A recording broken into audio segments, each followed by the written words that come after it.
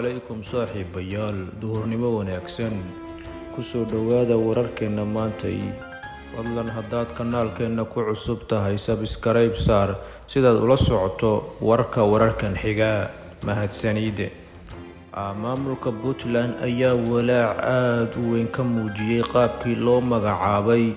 guddiga dib u eegista dastuurka federaalka Soomaaliya halkaas aan dowladda Puntland xildhibaanadeeda aqalka sare ku jira aan laga siin wax xubin ah halka xubin ee kaga soo aaday beesha daarood ayaa waxaa qaatay maamulka Jubbaland Puntland oo markii hore ku qanacsaneen qaabkii madaxweyne Xasan Sheekh Maxamuud u magacaabay ra'iisul wasaaraha una ankiray madaxweynaha Puntland Saciid Cabdullaahi Dani iyo ballamihii uga baxay iyo qaabka u magacaabay agaasimayaasha madaxtooyada uu badanaa ka wada dhigay rag ay aad iskugu dhow yihiin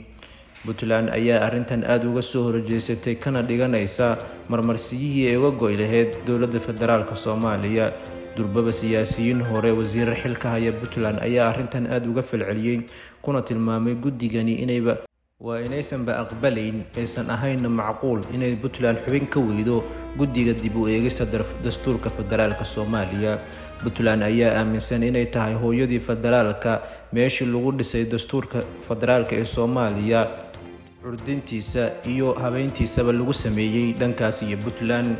Puntland ayaa arrintan aad uga soo horjeesatay kuna tilmaamtay dowladda Xasan Sheekh dowlad aan loo dhamayn halka Puntland ay ku goodisay inay ka tashan doonto aayaheeda maalmahan soo socda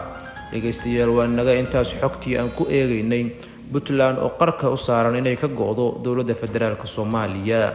daawadaha naga ilaawin inaad subscribe noo saarto kanaalkeena waxay noo noqonaysaa dhiirigelin si aan u soo gelino wararka ku xiga mahadsanidin wixii faala ah waxaad noogu reebi kartaan ama khaladaad ah qaybta commentiga mahadsanidin